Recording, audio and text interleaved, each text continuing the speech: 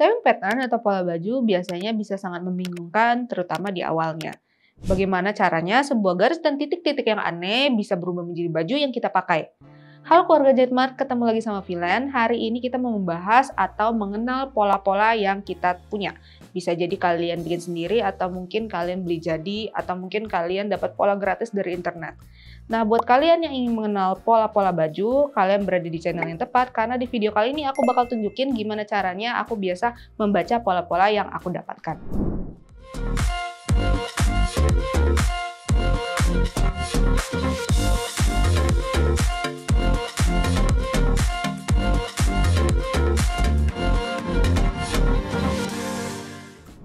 Pola biasanya datang dari rumus-rumus dan hitungan-hitungan yang biasanya cukup ribet buat kita ya. Jadi kalau kalian beli pola yang sudah jadi dan itu cukup pricey, cukup mahal.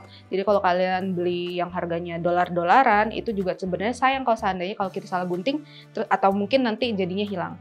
Hal pertama yang harus kamu tahu tentang pola-pola yang seperti itu adalah tentang tracing atau menjiplak.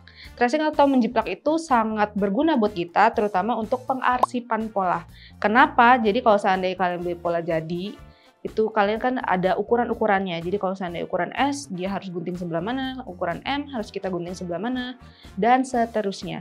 Jadi kalau seandainya kita udah gunting kain juga, terus kita jahit, baju sudah jadi, and then kamu mau resize baju kamu, tapi kamu nggak tahu mesti nge-tracknya kemana karena itu udah jadi ukuran sekian, kamu mau gedein, kamu bingung. Dan kadang itu memang terjadi ya, kadang badan kita membesar atau mengkecil gitu ya. Jadi tracing ini sangat berguna buat kalian, terutama untuk men-track pola kalian mau ganti ke ukuran yang mana nih.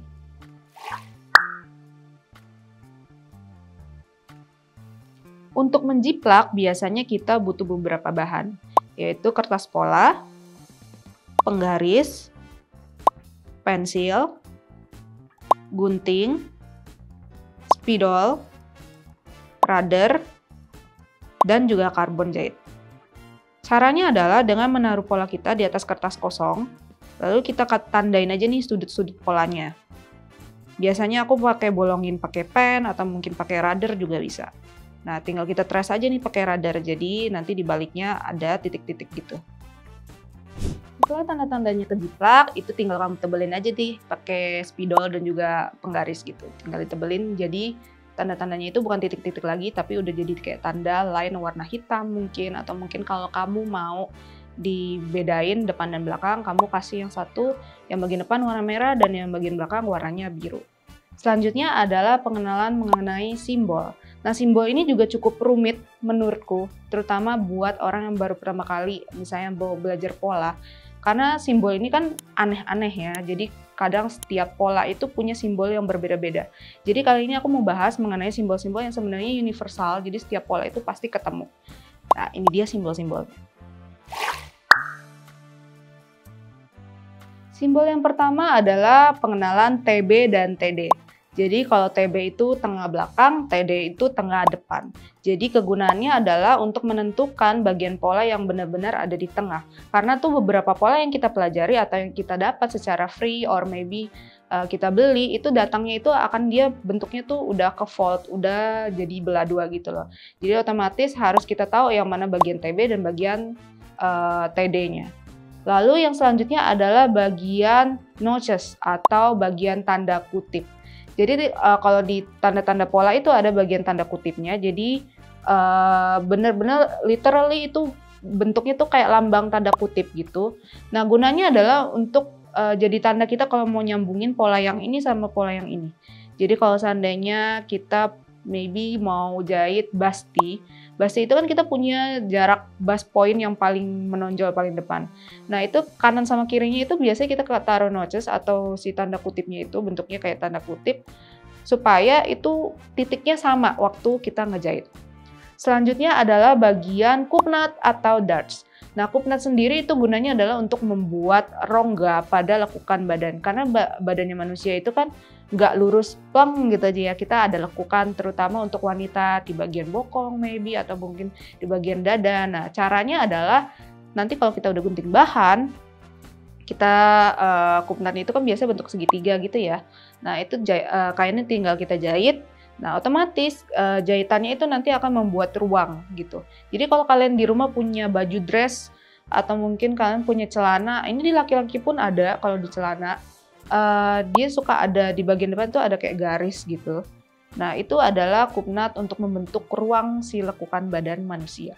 Selanjutnya adalah grand line atau tanda panah pada pola. Tanda panah pada pola itu biasanya tanda panah dua arah, jadi bentuknya gitu. Nah, tanda panah dua arah itu untuk menentukan arah serat pada sebuah kain. Jadi kalau seandainya nanti kita pola kita taruh di kain, terus kita tinggal sesuaiin aja tuh arah seratnya. Karena di dalam kain itu kita ada beberapa istilah namanya serat pemanjang, serat melebar, dan juga serat serong. Jadi kalau misalnya arah grand line ini adalah untuk penentu kita harus arah serat kita lurus dan memanjang sesuai dengan arah kain. Selain itu, grand line juga berfungsi sebagai pengeker kita ngukur kalau seandainya kita punya kain yang mau kita gunting itu punya motif yang aneh-aneh, misalnya garis-garis lah yang paling simpel, atau mungkin kotak-kotak, atau mungkin motif-motif yang ada diametri yang aneh-aneh gitu ya. Nah, kalau seandainya kita salah gunting, apalagi kalau misalnya pattern dari si kainnya itu lurus, terus kita gunting agak merong gitu ya. Nah kan itu aneh banget gitu pas kita pakai, celana kita kok garisnya mengsong semua, walaupun cuma sedikit kan kelihatan gitu. Nah itu adalah fungsi dari grand line sendiri. Lalu yang selanjutnya adalah tanda cut on fold. Jadi cut on fold itu dalam bahasa Indonesianya adalah lipatan kain. Tandanya itu polanya sama seperti biasa. Seperti yang aku bilang, ada pola yang datang itu memang cuma separoh, jadi nggak langsung satu begitu. Jadi kita dapatnya itu biasanya bagian kanannya doang atau bagian kirinya doang. Nah, cut on fold itu adalah penanda kalau kita harus menggunting kainnya itu pas di lipatan kain. Jadi kita harus lipat dulu kainnya dengan range yang sama. Terus habis itu kita taruh polanya, kita pentul, baru kita gunting. Yang selanjutnya adalah tanda kampuh.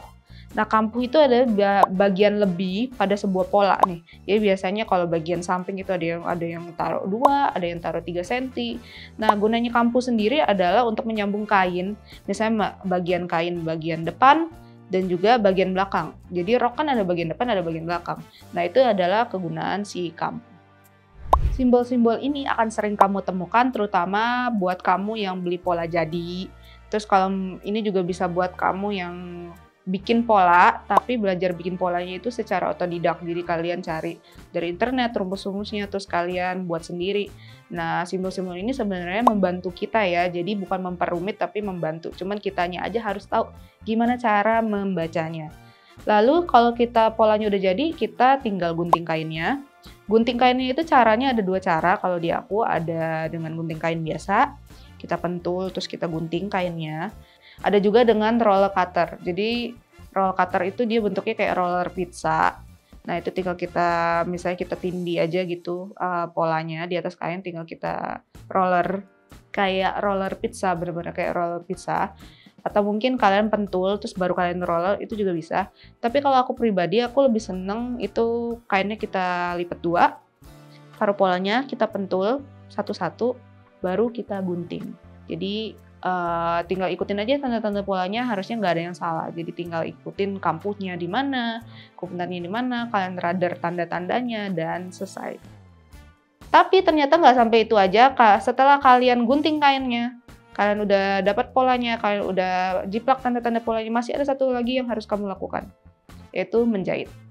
Nah, kalau menjahit sendiri sebenarnya kalau kalian sering lihat-lihat di Pinterest atau mungkin kalian beli pola-pola yang udah jadi gitu, terutama kalau keluaran dari luar ya, bukan dari Indonesia punya, itu kalian suka dapat buku panduan.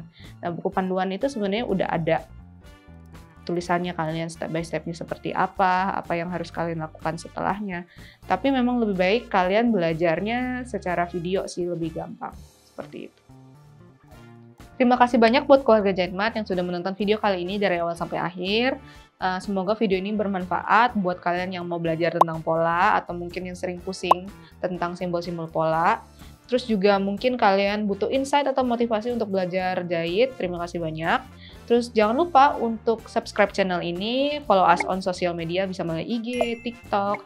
Terus kalian mau komen di bawah juga boleh. Terus jangan lupa untuk klik tombol notifikasi, jadi kalau seandainya kita ada video yang baru, yang up, kalian langsung tahu ada updatean dari Jahitmart. Buat kalian yang ingin cari peralatan jahit, bisa banget cek marketplace di Jahitmart. Link pembeliannya akan kita taruh di description box. Ingat, kalau mau beli peralatan jahit, Jahitmart selalu ada, terlengkap, termurah, terpercaya. Bye-bye!